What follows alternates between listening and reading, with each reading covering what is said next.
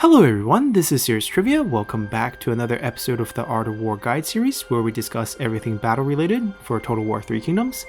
This week's episode will be talking about AI vision, in particular how to deploy offensively in a siege and how the AI will react to how you deploy on the map in terms of giving vision to their units of where you place yours and how they will respond with their deployment. It's a very essential knowledge to know. Your options during a siege will go from the most extreme of concentrating your force to hiding your force, with some other options in between where you want to spread out your force. Then next week we'll take the opposite side of this, where we will be deploying defensively and discussing some of the options we have with how AI reacting to your troops pulling in and out of visions inside the city and outside the city, in particular for open field maps or not open field map, but non-walled settlement, so not walled into a settlement, and therefore you have the option of looping or maybe even pulling the enemy in between different places for your settlement by capturing different towers at different times. But that's for next week. This week we'll be looking at how to deploy your army for a siege by dictating what the AI can see during the deployment phase. So during this deployment phase, we have a very standard army. We have some frontline, we have some cavalry, we have some range.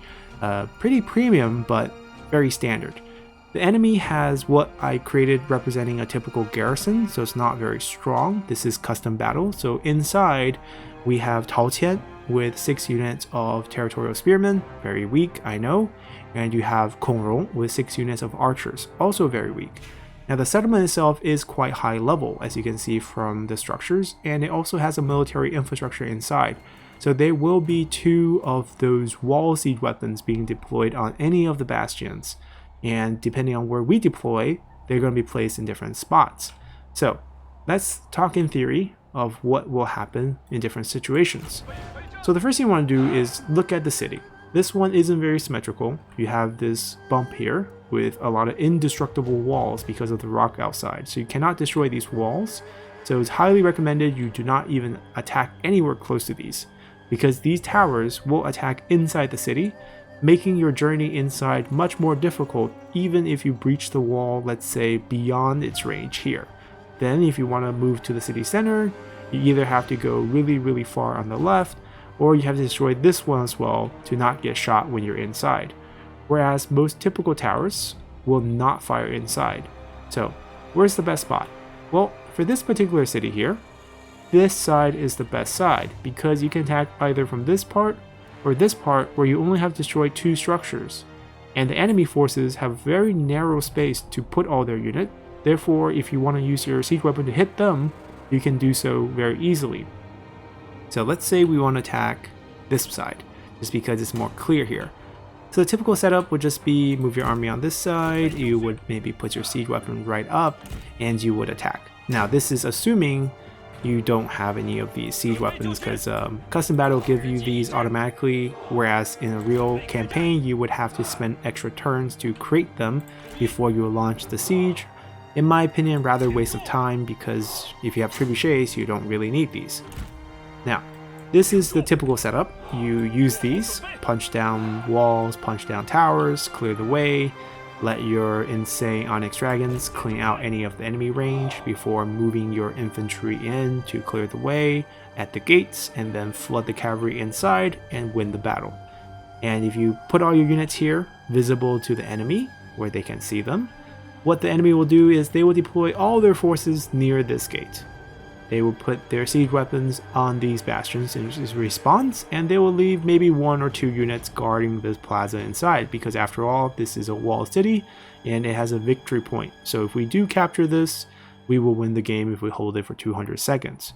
And should we sneak a general in and capture it or contest it while our main army is still here, every unit will start running back to retake the plaza. That's how the AI will respond. But that's not the point of this discussion. The point of this discussion is, if we have this set up like this and our armies are looking like this and we start battle, all the forces will be here, minus maybe 1 or 2 units guarding the plaza. The siege weapons are here defending, and they will be firing on us. So exactly what we expected. So this is not what we want to fight. We're going to actually exit out and concede defeat and rematch.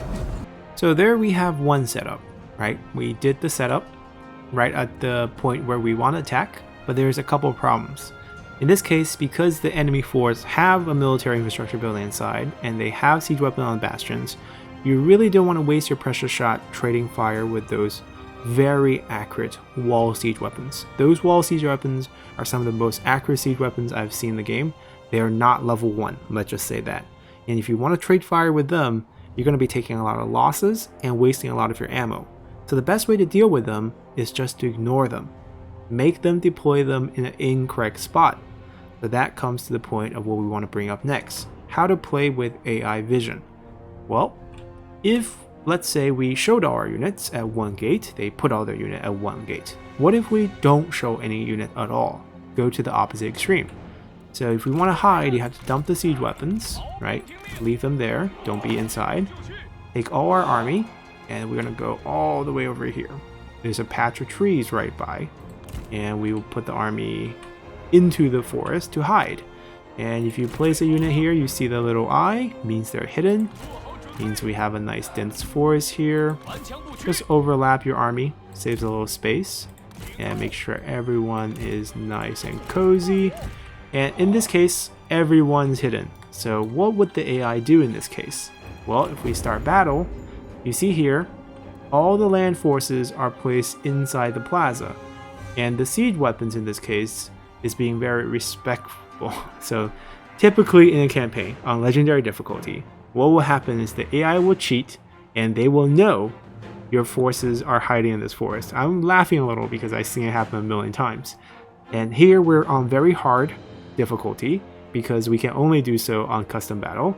In campaign, if you play on legendary, what will happen is that these two siege weapons will be placed right here, knowing that even though your force is not visible to the AI, they know you're here. So that's something to be mindful of, but here on very hard we can get away with it.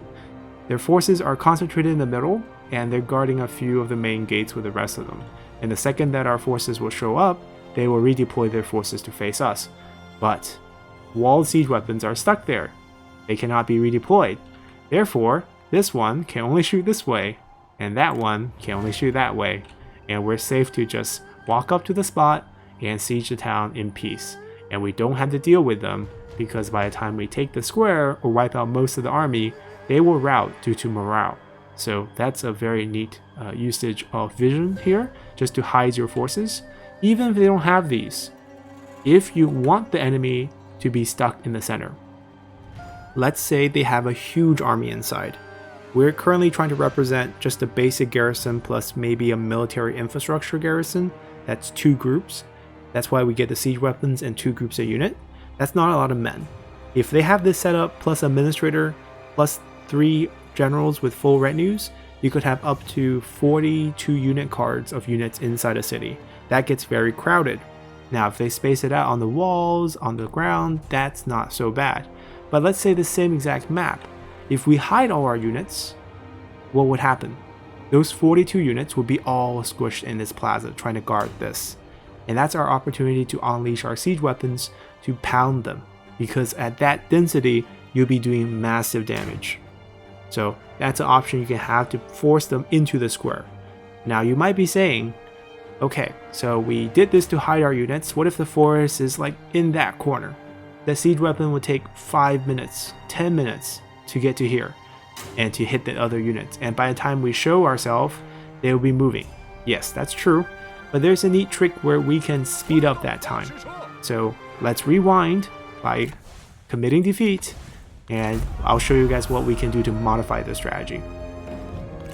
Alrighty, so we're back here on the same map, ready to fight this again. And the plan that I had in mind actually does not work. I just realized something. You can't drop your siege weapon like you can drop the towers. The option's not available during pre-deployed. Because if we could do the same, what you would ideally do, let's say we want to attack here, but we want to hide, is we would just leave the siege weapons, move the units with us, so the unit will move at the same speed. But I don't think that's actually an option for us in the pre-deploy, so that's not going to work.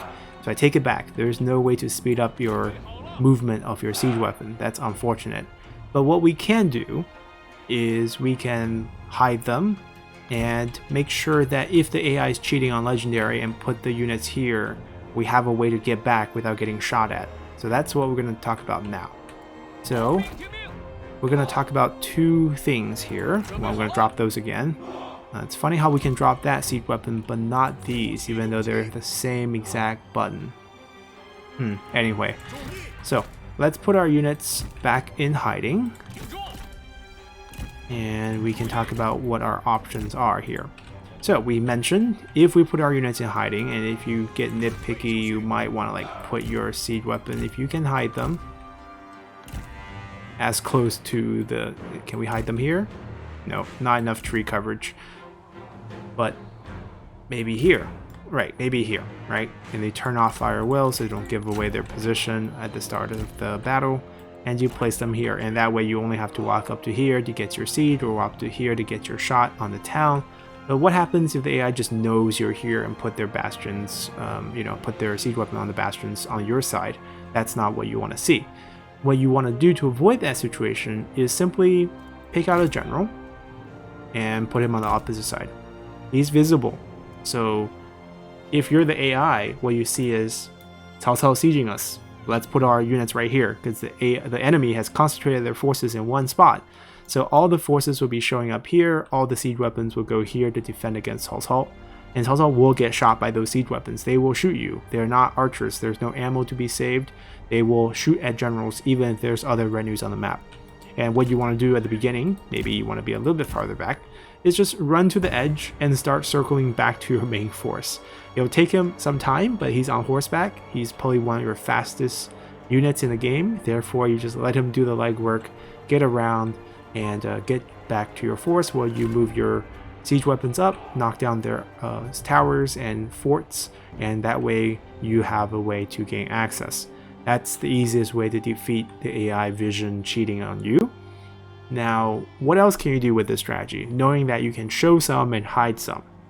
Well, if you are fighting a battle where you want to save time or you don't have a lot of ammo and the AI has only the basic garrison, we're talking about those 6 units that they have with a captain. In that case, if you want to fight a clean siege, because that's often the goal in the early game and even in the mid game, you don't have a lot of replenishment, you don't want to be stalled after a silly siege in an empty settlement where they don't even have any generals, but there's towers, there's walls, there's archers, you're going to take casualty. The best way to take no casualty in those battles is you pick out a couple of units that you're not really going to use, and you're going to spread them out. You're going to put one here, you're going to put one here, you're going to put another one here, and then you're going to put another one here. And if you do that, you don't even need to hide your main army. We can be very honest with our main army. We can just put them out here, and we can like show everyone. We're assuming there's no enemy towers, siege weapons on the wall that will, destroy us. We'll show them we're here, but we'll also show that we're interested in attacking from the other 3 sides. And what happens when we do this, notice they will place archers at each of the walls on the other side, leaving this side, if we're talking about only the 6 units of an empty garrison, without any archers. Because in that retinue, it's usually 2 or 3 archers, and if you're attacking from every other side, they will put the archers to that side. They'll send at least 1 unit to guard it. So from the 7 total units that you will have, we're getting shot. You can see how accurate they are. They're accurate. It's ridiculous. These things are deadly, right? 1 shot, 1 kill. So don't trade fire. That's not even the idea. Avoid these at all cost. And we'll let him keep hitting us. It's fine. At this point, we're talking about those 7 basic units inside of a settlement, right? There is a captain, which is always an infantry. Unless, I guess for a city, it will always be infantry. And then you probably have 1 cavalry, 2 spears, and 3 archers. That's usually the setup. 1 of the spears will be here. 1 of the cavalry will be at your main gate. The archers will be spread out. If you are showing at enough gates, you can probably spread the other 2 units out instead of putting them there because they're not going to be very useful in that fight. You put all your cavalry out, spreading around the town. If you need them, just make them run back. And for the rest of your unit, put your siege... We're just getting crushed right here, you can see. Your siege weapons will be hitting empty towers, right? Crush the towers, and what's left? A cavalry unit and 3 infantry. March your ranged units up, shoot them until they rout. Once they rout, because you should have, superior range abilities here, once they rout, you don't need to do anything else. March your army into an empty gate, and then they'll be pulling back, archers pulling back as your generals rush into the city square. And you don't need to engage the spear unit inside because they will be guarding here, right? Once you step onto this piece of land, the archers will start filing back to it. Then you send your 3 generals at each of the archers, and the archers will not fire at you, assuming you're playing on very hard and legendary because they save ammo. They just die. There's no fighting back, free kills. And then once you knock out the 3 archers, when there's only 1 unit left, they will suffer army loss and they will just rout. And that will be always a 0 casualty siege. And it doesn't take too long because you don't have to waste a lot of time wasting the enemy arrows and such, because all the enemy arrows are pointed at your units that will never attack. And that's a pretty neat trick. And if this doesn't convince you that you shouldn't be anywhere near this thing, I hope you learned a lesson. Just don't. This thing doesn't miss. Like, he didn't knock these guys out because he's not aiming for this guy. He started to aim for our units. It's deadly. Look how many he killed. Look at that. Can your siege weapon do that? No. Okay, anyways, that's the quick lesson for today. Just some options we have. One is to concentrate all your force. Sometimes that's great if you want the enemy to concentrate their force in something this is small, especially if they don't have anything to attack you at the same time. Sometimes you want to hide all your force, so you force the AI to be in the city plaza, and sometimes from the plaza out it's very difficult because they will also put the barricades. So if they put the barricades in a way where it's hard for them to come out, you buy yourself a lot of time to redeploy in a spot that can catch them off guard, especially if you're trying to sneak generals in. If you're trying to sneak a general into the building instead of doing a very standard siege, that is often the best way because they will have no defense. Maybe you have this general hiding in this forest and the rest of your force hiding here, and they'll be all in here, and once you show this, they'll start moving, or once you show the generals, you can pretty easily capture some gates really quickly. Maybe your cavalry is waiting to charge in. There are a lot of options you can play with vision here, and that's what I want to show. So come back next week, we'll talk about defensive vision, what you can do inside the city if you're defending against the AI, because in that case, the enemy will show their deployment, and then what you want to do is play with hiding away from them. Especially on non-wall settlements, it's similar to looping, but instead of using a general to loop them, you don't even need generals. If you just have retinues, you can pull them with vision and still defeat them in a very similar manner, and we'll showcase that next week. So hopefully you guys enjoyed this one, and see you guys then. Bye!